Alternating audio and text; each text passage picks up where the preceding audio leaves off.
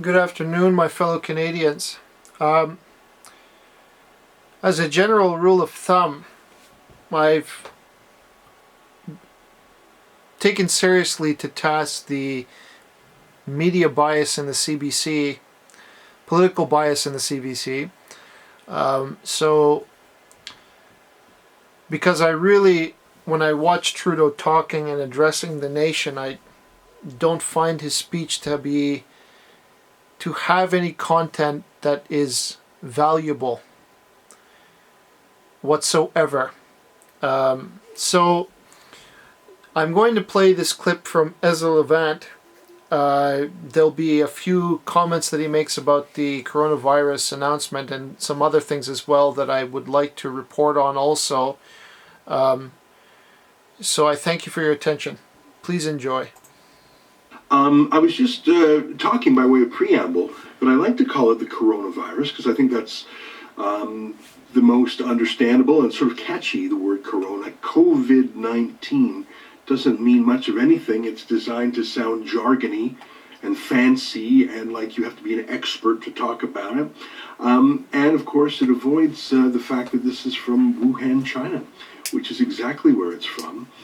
Even if it wasn't designed as a biological weapon, which I think is a possibility, it's certainly being used as a political weapon by China. I have to say, very, very senior Chinese diplomats have actually, not just implied, they have circulated the conspiracy theory that the virus is in fact a biological weapon deployed by the U.S. Army. So not only is China not accepting any responsibility for the virus, they're actually blaming America. And the thing that I find even grosser, to tell you the truth, is that of course the virus came from China, spread to Iran, spread to Italy, which is a very large Chinese population, especially in its north.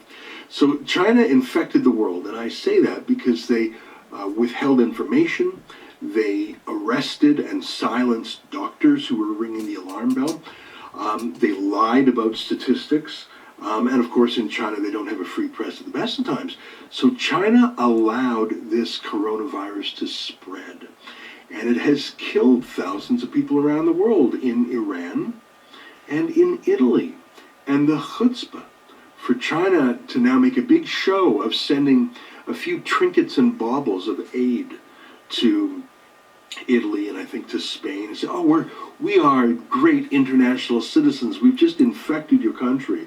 We've hospitalized tens of thousands and killed thousands, but we're great citizens unlike the United States, so we'll give you a few $1,000 worth of, junky Chinese medical gear. That's I think a lot more gross than the allegation of the conspiracy theory that the whole thing is an American weapon. Yeah, the other thing I wanted to add is that I heard a rumor as well that the hospitals in China were not actually hospitals to help people with COVID, though that was what it was, at least in the eyes of the press. What it really was a crematorium. And some of the rumors I've heard, because if you watch my previous video, you know that the 50,000 people cremated a day to compensate for the amount of bodies laying around, let's say, that the Chinese are using those hospitals as essentially, it's not a mass grave anymore, but to cremate those people as fast as possible. So to avoid having to report to the WHO and the rest of the world the true figures about what the actual death toll was in China. And, EZRA hit it right on the head that the Chinese have been lying about so many things, delay and let the infection spread worser before they even, I think it was February before they let the Americans actually help them and start sending scientists on the ground and start letting doctors come in. It is just the amount of people that died in that span of time or was infected could have possibly been prevented. So I'll let him go on. There's a lot of good content in this speech. Anyways, I've been tweeting about this all weekend, and I've been traveling within Canada this weekend. And I've been watching, and I'm using my phone. I don't know how to add visual elements as I live stream. Maybe that's not even possible. I've been watching the flights from China to Canada in real time. And you can do that by going to the different airports' websites. So for example, if you go to YVR, well thanks Dennis, thank you. If you go to YVR.ca, that's the Vancouver airport, which is of course the major airport closest to China. They average about 5 direct flights a day from China, from Hong Kong, Shanghai, Beijing, Xiamen, Guangzhou. And you can see what time the flights are landing, and they give you the airline flight number, like South China Airlines Flight 123 or whatever, and you can type that in to flight trackers, and you can watch in real time as these flights fly from these Chinese cities packed with people to Canada. You can watch their progress over the skies. And I haven't checked in a little while, but, one was 15 minutes away, one was an hour away, 3 hours, 9 hours. You can see them cross the Pacific, and more are scheduled tomorrow. And this was going on all weekend. That was one thing I found very interesting. Another was the absurd contention by Bill Blair, Canada's public safety minister, and other cabinet ministers that there was enhanced screening at Canadian airports, so don't you worry about it. Well, that just wasn't true.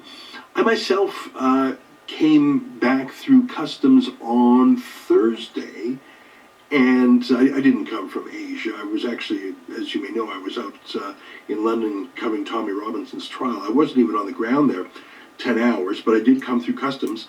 I had I went to a kiosk at customs, and there was a single question: have you been to Hubei province, Italy, or Iran in the last 14 days? I clicked no, and that was it. There was no enhanced screening. That's not even screening. That question's in English and in French. How does that help someone who's flying in from China who speaks neither of those languages? And what is Hubei province? I mean, I suppose maybe people in China know all the answers to that, but you have to know English and French. You have to know your Chinese geography. You have to pay attention to it. You have to answer honestly. That was it. You pushed one button on a touch screen. And how gross is that? Every single person from that foreign flight pushing the touchscreen button. Would you really even want to touch that button? And that was it. I walked right through. There was no tests for fevers. There was no one putting the little thermometer on you. You can do an instant thermometer check without, the old-fashioned way of thermometers, putting them in your mouth. You don't have to do that. There's thermometers that go right on your forehead that can take your temperature. Oh my God. See, I didn't even know that. I haven't traveled anywhere recently, but my goodness gracious, that is pathetic. Yet another one of Trudeau's "we're doing the best we can, yet in practice they don't do anything" scenarios. Yeah, there absolutely was none. And then on Friday, I'm laughing, but it's not funny, Bill Blair, the public safety minister, announced there was greatly enhanced screening. Yeah, it was one more question on the touchscreen kiosk. I don't even remember what it was exactly. It was like more symptoms or something. But so what? Oh, and they gave you a handout in English or in French, because that'll be handy if you're flying in from Xiamen, Guangzhou, or other cities like that. So yeah, it was really a laugh, and other levels of government were starting to panic. I saw that Jason Kenney, the Premier of Alberta, made a personal visit to the Edmonton International Airport, and he was appalled by what he saw. François Legault of Quebec did the same thing. I think the Premier of Nova Scotia was equally worried. And most incredibly, the city of Montreal was terrified by what was going on, or more accurately, not going on, in Montreal's airport, which just happens to be called the Pierre Trudeau Airport.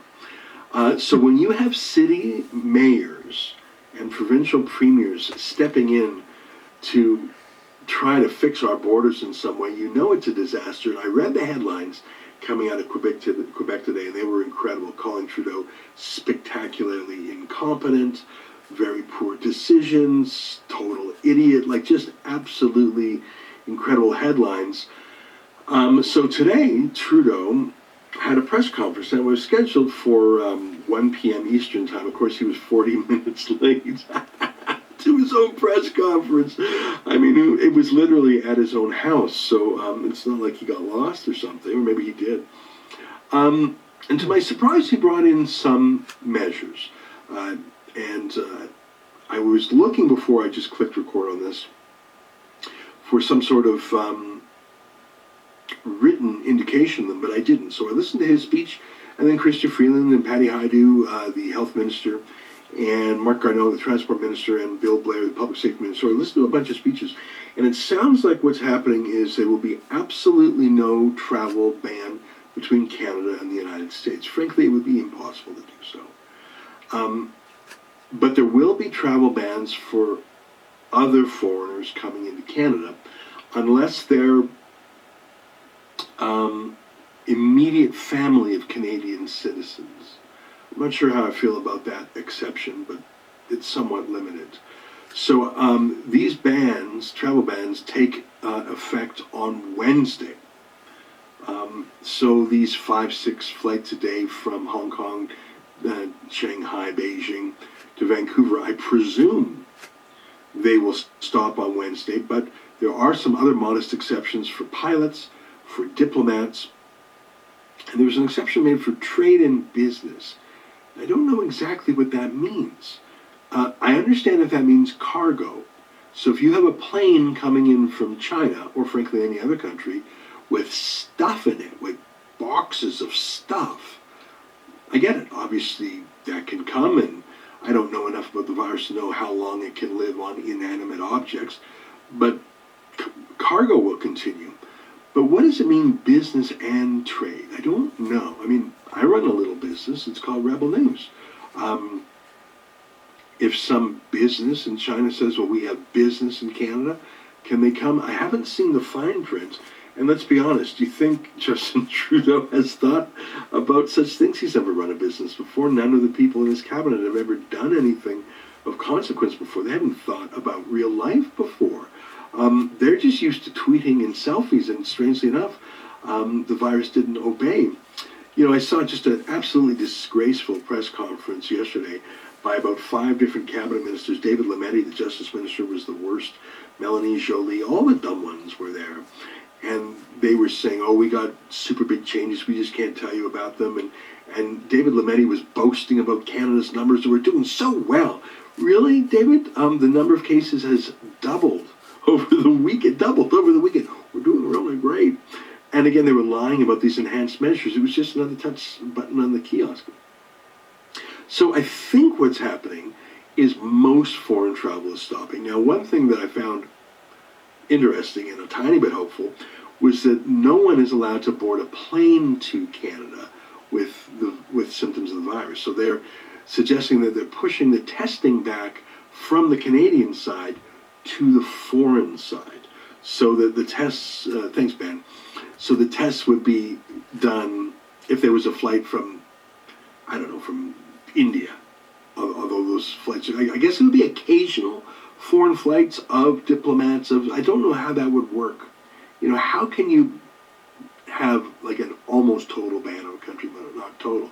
I guess you'd have the occasional flight maybe once a month just for diplomats or something like that. You would think they would go maybe, I don't know how that's going to work. I haven't seen the details. But apparently no one is allowed to get on a plane if they have symptoms. And I guess they're pushing the airline to test. So will the airlines have thermometers on the other end? If so, I think that's a really good idea. But it makes me think, why do they actually have thermometer tests on the foreign side, but not on the Canadian airport side. I listened pretty carefully to what Bill Blair said was going to happen at Canadian airports. And he said they're going to have even more pieces of paper and even more touchscreen kiosk things to click. But it didn't sound like they're having an army of people with the little thermometers. So he's expecting airlines to be more health conscious than the Canadian government. And I think there was a question put to Trudeau about, well, will you enforce these quarantines with the force of law? And he said, well, that's something we'll have to think about. Well, in other words, yeah, no. I think he's had 3 months to think about it. And he needs to make a decision. If you're going to quarantine people, is it going to be a real quarantine or is it going to be sort of a fake quarantine? Quarantine where they might just go out once in a while. Because that's not much of a quarantine at all.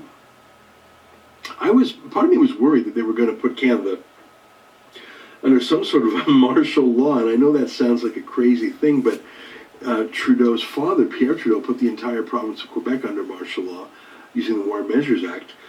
In that case, there was the FLQ terrorists had set off some bombs right beforehand. I thought maybe Trudeau would try and pay homage to his dad and tap into that historical echo, but he didn't. At least that would show decisiveness. I mean, is it decisive to ban some foreign flights? Yes. Is it a good idea to ask airlines to do testing on the foreign end rather than the domestic end of the flight? Yeah, it's a good idea. But when someone gets off a plane and is symptomatic, is wheezing, coughing, all the bad things, high fever, then what? Quarantine. Well, what does that mean to be quarantined? Voluntary? If you're not going to have some sort of rule, some sort of enforcement, hey, thanks very much, Quickman. How's that going to work? We don't want to be too authoritarian, but if someone really is like a typhoid Mary, maybe there is a public health argument to confining them to their homes on some sort of penalty. I don't think Canada yet has any penalty for people who break a quarantine. I'm not talking about people who, I missed a super chat there. There we go. DJM, please everyone stay safe. I'm saddened that the coronavirus will be used as an excuse to bring in Chinese-style socialism, government monitoring and destruction of privacy and civil liberties. Well, that... Before he continues on, I'm starting to run out of space. So this video is about halfway. I'll make another video on the second half. Essentially, I wish you all well. I very much enjoyed the speech thus far of EZRA LEVANT, and I find it extremely helpful. Most of the public doesn't